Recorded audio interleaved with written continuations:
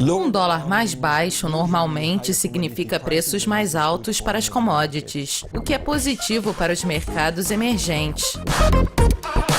Hello, Bruno. It's great to see you. Bruno, bem-vindo de volta ao nosso estúdio. Hoje vamos nos concentrar na economia americana. Você poderia começar falando sobre a fraqueza do dólar? Será que essa tendência vai durar? To last?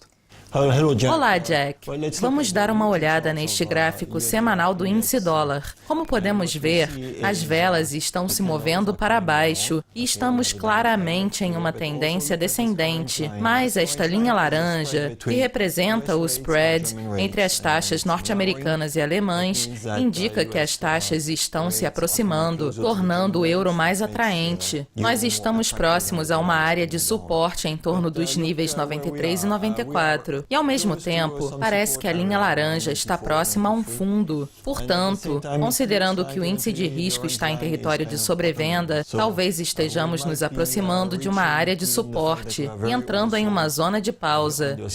We might be reaching some kind of a support and we might enter a pause zone. O dólar fraco também afetou os mercados europeus? Teoricamente, sim, porque o dólar mais fraco torna as exportações europeias mais caras. Isso refletiu na queda da força relativa do Eurostoxx diante do SP 500. Em comparação com 2 semanas atrás, ainda estamos nesta importante área de suporte em torno do nível 3.435 e o índice de risco está em território de sobrevenda. Portanto, ou mantemos o nível e recuperamos um pouco, ou rompemos e entramos em uma correção em direção ao nível 3.300. We have a correction toward 3,300. Como o dólar mais fraco está afetando o Japão? Um pouco menos do que a Europa, como podemos ver através desta linha laranja, que representa o índice iene. Nós estamos mais em uma faixa de negociação do que em uma linha ascendente direta, o que basicamente significa que o euro está mais forte diante do iene. Isso afetou a força relativa do Nikkei diante do SP 500 um pouco menos, e ela está basicamente estável. Além disso, a faixa de negociação entre 19.500 e 20.500 está muito estreita e estamos basicamente esperando por uma ruptura. E qual foi o efeito do dólar mais fraco sobre os mercados emergentes? Um dólar mais baixo normalmente significa preços mais altos para as commodities, o que é positivo para os mercados emergentes. A tendência é ascendente na Índia e a força relativa diante do SP 500 também está aumentando com a recente fraqueza do dólar. Nós notamos um sentimento de cautela, porque estamos alcançando a banda superior de Bollinger, que poderia se tornar uma área de resistência, considerando que o índice de risco está relativamente em território de sobrecompra.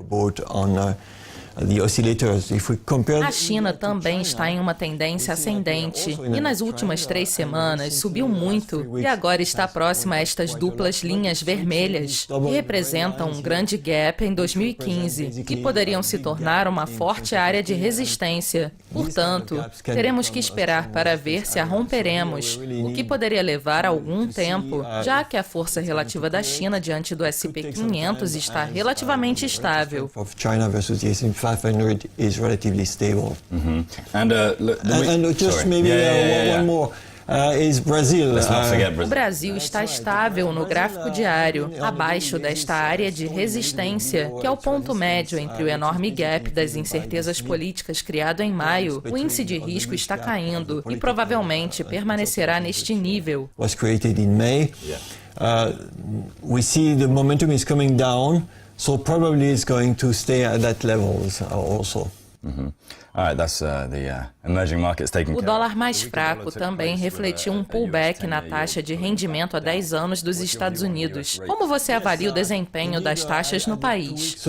Sim, 2 semanas atrás, a taxa estava a 2,40% e agora caiu para 2,25%, ao mesmo tempo em que o dólar caía. Na quarta-feira passada, essa tendência descendente foi interrompida e tivemos um forte movimento ascendente. Como o índice de risco está revertendo para cima a partir de níveis muito sobrevendidos, temos uma forte indicação de que a taxa poderia subir novamente para 2,40%. Então, esta seria uma boa notícia para o setor financeiro americano? Sim, esse aumento das taxas nos últimos 2 meses deveria ser uma boa notícia para o setor financeiro americano. Quando as taxas tiveram um pullback nas últimas 2 semanas, tivemos uma pausa, mas agora o movimento é ascendente novamente e está testando o nível 25, que é uma área de forte resistência, porque foi o topo antes da crise financeira. Portanto, pode demorar algum tempo até que essa resistência seja rompida, particularmente porque o índice de risco está relativamente sobrecomprado no curto prazo.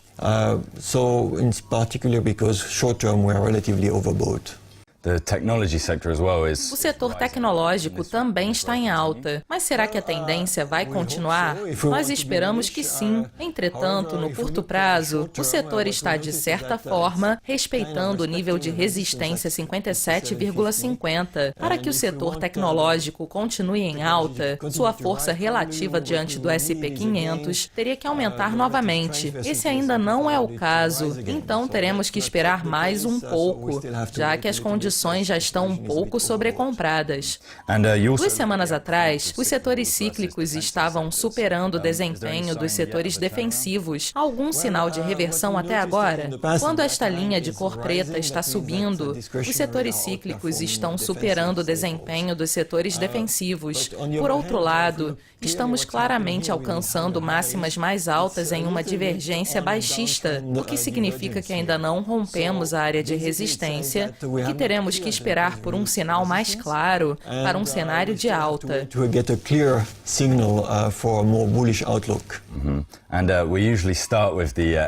Nós normalmente começamos com o S&P 500, mas hoje vamos encerrar com ele. 2 semanas atrás, você mencionou o nível 2430 como importante para o S&P 500. Que nível devemos monitorar hoje?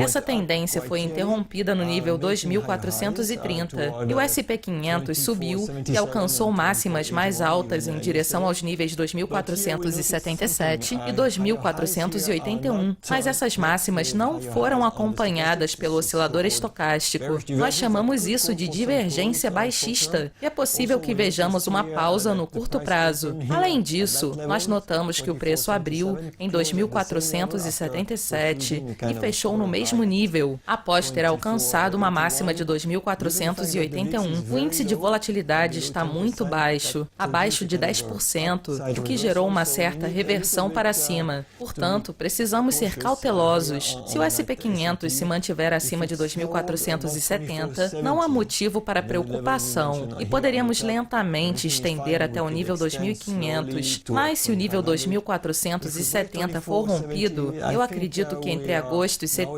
veremos o início de uma longa correção. Então, 2470 certamente é um importante nível. Bruno, muito obrigado por conversar com a gente. Obrigado pelo convite. Continuem conectados a Dukascopy TV e até mais.